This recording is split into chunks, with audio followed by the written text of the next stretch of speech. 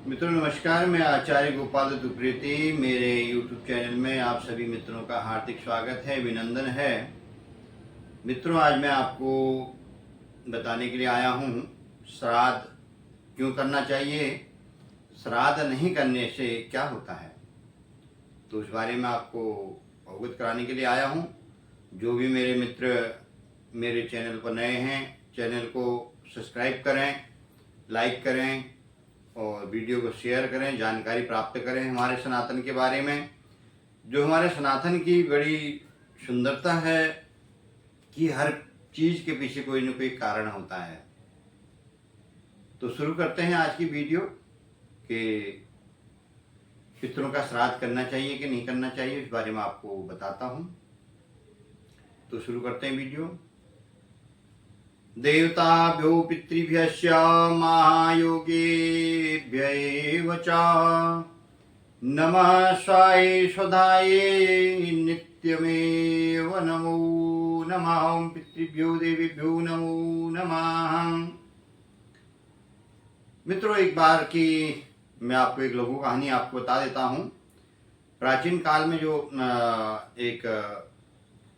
हमारे प्राचीन काल में रुचि नाम के प्रजापति हुए, जैसे भी दक्ष प्रजापति हुए उससे पहले रुचि प्रजापति हुए। मार्कंडेय जी बताते हैं, सूची कथा सुनाते हैं 14 मनवंतरों की। तो उसके बाद में जो है फिर मार्कंडेय जी बताते हैं कि एक रुचि प्राचीन काल में रुचि नामक प्रजापति हुए। वो माया मोह को छोड़ करके बिल्कुल जो है निरंकार भाव से घूमने लगे, इधर उधर अपना घूमते रहते थे, किसी से कोई मतलब नहीं और संसार में बिल्कुल विरक्तों की तरह घूमने लगे। घर बार छोड़ दिया, भोजन मिला कर लिया, नहीं मिला नहीं करा, और दार परिग्रहण नहीं करा, मतलब जो है विवाह भी नहीं किया। दार परिग्रह से स्वर्ग की प्राप्ति में मन में विचार आया कि अगर मैं शादी ब्याह करता हूं तो पारिवारिक बंधनों में बंध जाऊंगा, तो जिससे मेरे को स्वर्ग की प्राप्ति नहीं होगी, तो परिवार में उलझने के कारण उत्तम लोगों की प्राप्ति नहीं होगी। अब इससे जो है वो बिल्कुल इस भाव से घूमने लगे कि मैं बिल्कुल विरक्त भाव से मिला खाना खा लिया, नहीं मिला खाना नहीं खाया, अपना घूमते रहे। जितेंद्रिय पुरुष तत्व ज्ञानी रूप में जो है जल में आत्मरक्षा, जल भी कभी जल ही पी लिया, कभी फल खा लिए। इस प्रकार से जो है वो निष्परिग्रह व्यक्ति प्रतिदिन जो है अपना विद्या का अध्ययन करते हैं कि मन में विचार आया कि आत्मा को निर्मल करता हूं, विद्या से आत्मा निर्मल होती है, और जो सांसारिक कर्म रूपी परिकल जो चिन्ह है वो जितेंद्रिय मुनिष्ठ जो पुरुष होते हैं, तत्वज्ञानी जो होते हैं, बुद्धि से ज्ञान से अपनी आत्मा का प्रक्षालन करते हैं। जब इस भाव से रहने लगे तो उनके पितरों ने कहा, उनके एक बार पितृ जो है स्वर्गलोक से आए, तो उन्हें कहा, वत्स, जितेंद्रिय जनों के द्वारा आत्मा का प्रक्षालन करना चाहिए, ऐसा तुम्हारा कहना बिल्कुल उचित है, किंतु कल्याण का मार्ग नहीं है। जिस पर तुम चल रहे हो वह कल्याण का मार्ग नहीं है। जीवन में पंच यज्ञ, जप तप दान द्वारा अमंगल को दूर करने की से फल की प्राप्ति और कामना से रहित जो शुभ अशुभ कर्म करते हैं, बंधन हेतु नहीं, पूर्व कर्म में जो किया है, पूर्व कर्म के कर्मों से आप यहाँ भोग रहे हैं। जब यहाँ भोगते हो, पूर्व का किया हुआ नष्ट होता है। प्रारब्ध का जो पुण्य कर्म है वह सुख और दुखात्मा के भोगने से निरंतर नष्ट होता जाता है, और जो आप यहाँ कर्म करते हो आगे के लिए वो बैलेंस बनता जाता है। कर्म बंधन से उसकी रक्षा की जाती है। अपने विवेक से रक्षित आत्मा पाप रूपी पंख से लिप्त नहीं होता है। आदमी जब विवेकवान हो जाता है तो सांसारिक बंधन में नहीं बंधता है। वो तुम कर्म ठीक कर रहे हो। रुचि ने कहा कि पितामह, पिता, पितामह, पर पितामह आदि जो पितृगण हैं वो वेद कर्म मार्ग में प्रतिपादित जो है यह अविद्या परिपुष्टि जो माया की कही गई है, इसके लिए आप सब मुझे कैसे उसी मार्ग पर चलने के लिए कह रहे हैं जो घर गृहस्थी में पढ़ करके माया के बंधन में आदमी बंधता है, तो आप मेरे को उसी माया के बंधन में बंधने के लिए कह रहे हैं। तो पितरों ने कहा, पुत्र, कर्म के द्वारा जो किया जाता है वो सब अविद्या है। ऐसा जो तुम्हारा कहना है वो बिल्कुल असत्य वचन है। किंतु विद्या की सम्यक प्राप्ति भी तो कर्म के हेतु ही है। आप विद्या प्राप्त कर रहे हो किसी न किसी कर्म के लिए ही तो है।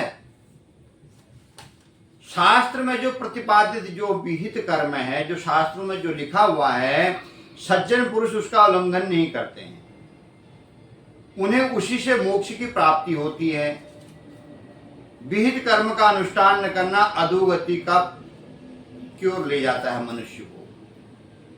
तो अपरिग्रह आदि का जो आप प्रक्षालन कर रहे हो, ऐसा तुम उचित मानते हो, किंतु शास्त्र विहित कर्मों का अनुष्ठान न करने से उत्पन्न पापों के द्वारा भी तुम स्वयं अपने आप को जला रहे हो।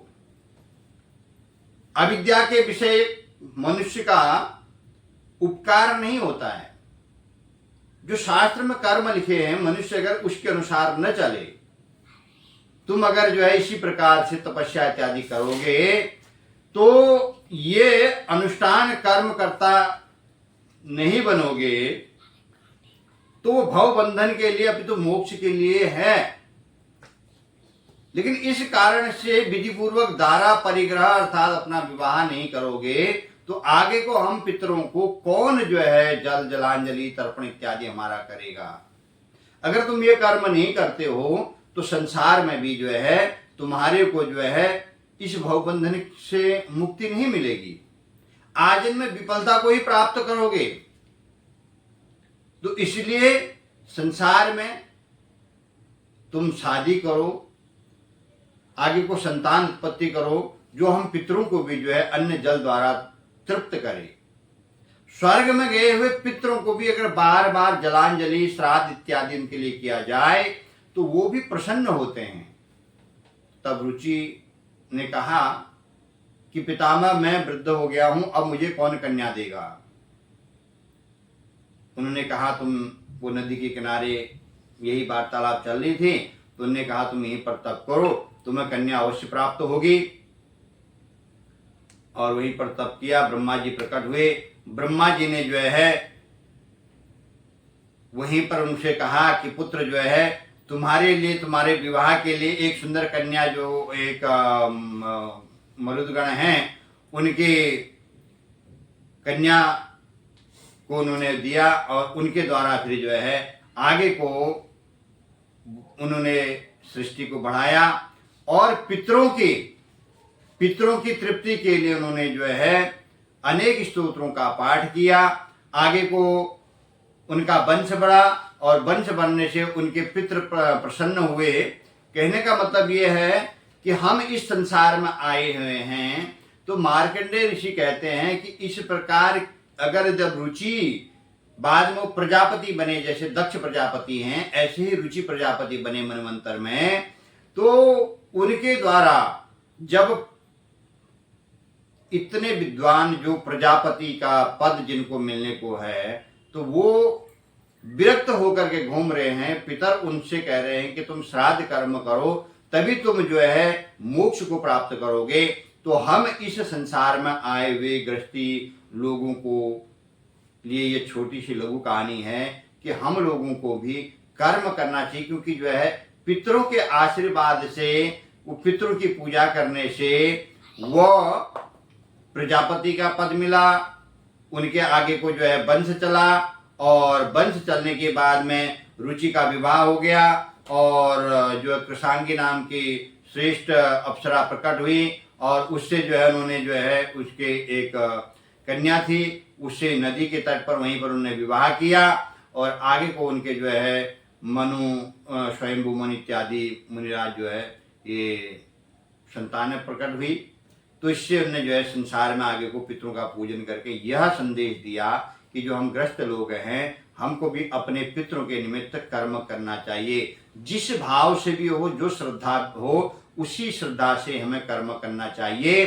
तो इसलिए अब जो 7 तारीख से श्राद्ध आ रहे हैं, उन श्राद्धों में प्रत्येक गृहस्थी को अपने पूर्वजों के निमित्त कुछ न कुछ श्राद्ध का जो विधान है वो अवश्य करना चाहिए। श्राद्ध कितने प्रकार के हैं मैं आपको आगे बताऊंगा, किस प्रकार से आप कर सकते हैं। धनाभाव में, समयाभाव में किस प्रकार श्राद्ध आप कर सकते हैं, उसके बारे में भी आप जानें। अगले वीडियो में मैं आपको बताऊंगा। लेकिन आप जो है कर्म अवश्य करें। संसार में आए हैं तो आपको जो है मोक्ष की पद तभी प्राप्त होता है संसार में रहते हुए, सांसारिक कर्मों को करते हुए जब आप आगे को बढ़ते हैं, तभी संसार में जो है पुत्र, धन, दारा ये सब प्राप्त होता है। पूर्व जन्म में किया हुआ इस जन्म में मिला है, इस जन्म में करोगे तो अगले जन्म में मिलेगा। तो आगे को आपको बताएंगे कि श्राद्ध कितने प्रकार के होते हैं, श्राद्ध के क्या भेद हैं और श्राद्ध करना किसी के पास समय का अभाव हो किस प्रकार कर सकता है। तो जो मित्र नए हैं चैनल में, चैनल को लाइक करें, सब्सक्राइब करें। सबको जय जय सिया राम।